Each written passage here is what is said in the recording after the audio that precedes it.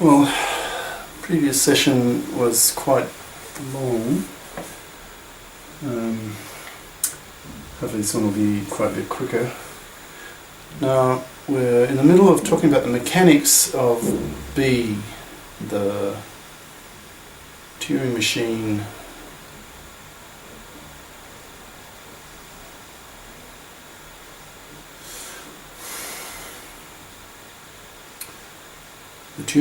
whose description will be sent to the decider of the language ELBA. Perhaps I didn't make that clear enough previously. Play back what I've just said. Important. Okay. I don't claim this theorem is easy. Okay. All right. Okay. So B has the string X as input, and B it then needs to break down that string X to see whether it is a valid computation history, or an accepted, computation history.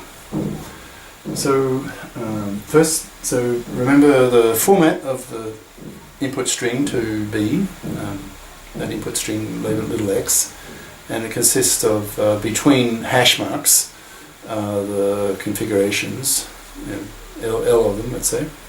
Okay, so B then it'll take your string X, and then it'll remove the hashes and separate the configurations.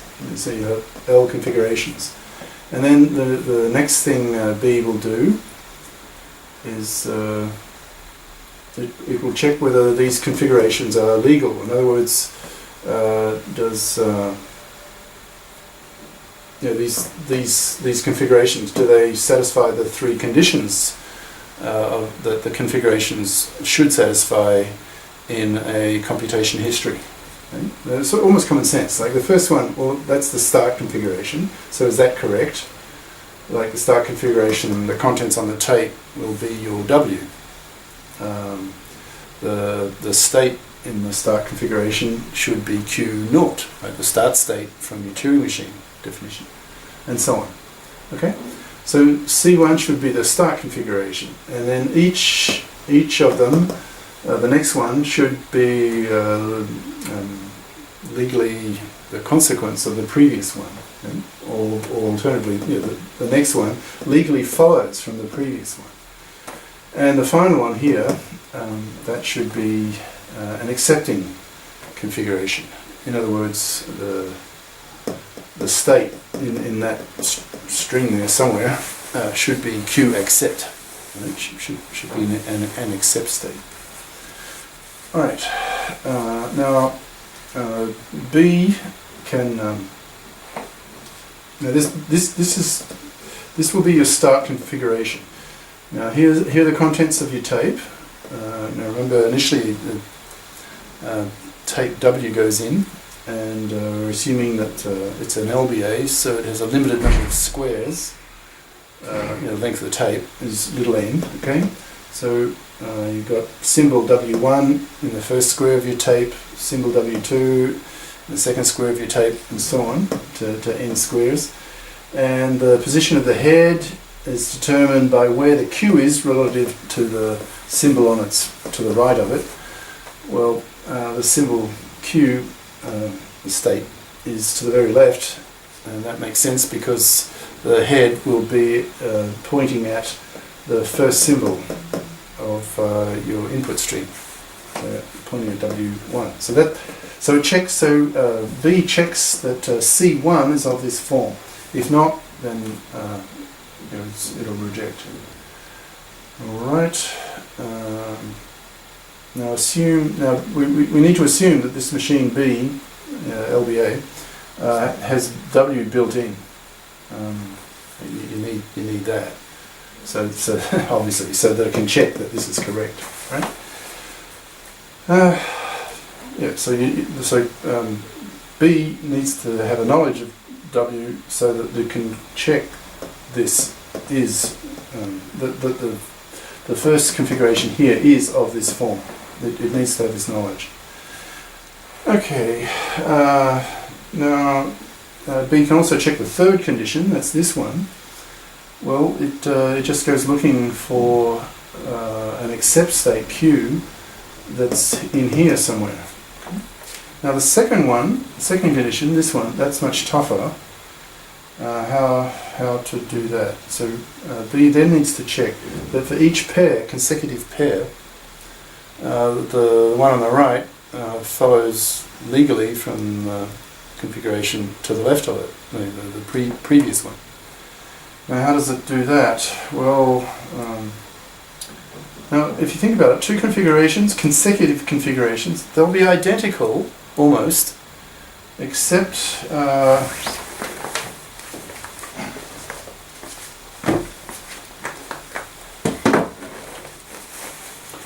except for the positions where the head is and to the left or right of it, because in one step, when you go from one configuration to the next, the head can only move one square to the left or right.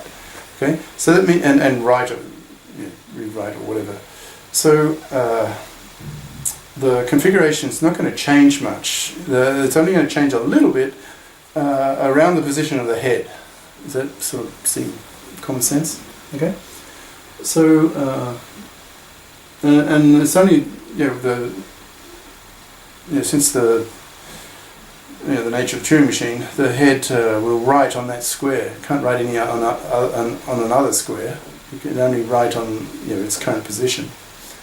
And so the content, when you look at the next position. So what's going to change is perhaps the content of the square where the head was, and at the next configuration, the head position will change. It'll either move to the left or the right. So you have a small region of your configuration that will change from one configuration to the next one. Okay, so you need to so you can check for all those positions that you expect not to change in the configuration. You can check that they are the same between two consecutive, and you need to check that where it does change, that small portion where it does change, that the changes are appropriate, like according to the transition function, the rules that determine what gets written on the tape and stuff like that. Okay. So this machine B, it's zigzagging back and forth between the corresponding positions of these two, to verify that what gets written on the tape, some new symbol or something at a particular position, that is in accord, agrees with what it should be from the transition function, the overwrite rule. Okay. Now, so you mentioned B. Its head's moving back and forth between these two consecutive configurations, checking all this stuff. Now, how do you know? Now this is a high-level description, right? Remember from earlier talk, talking about how the nitty-gritty of how a Turing machine works. It becomes extremely tedious. So we avoid that. We just give the high-level type descriptions. So as it's zipping back and forth, how do you know when to stop? Well, you can put what's the word? Dot. You can what is it? Dotting. Dots. So you can have dotted symbols. So you can have two dotted symbols. The number you need, so that when the machine head B, when its head is zipping back and forth along X. Is it doing that? Well, between the two configurations, that it knows when to stop. Okay, so the dotting of symbol technique is useful. We talked about that earlier as well. All right. So finally, it does all that, and finally, if all three conditions from here, if they're all satisfied, then B can accept its input. Okay. So remember, the task of B is its language. Its language is the set of strings, all strings that are accepting computation histories.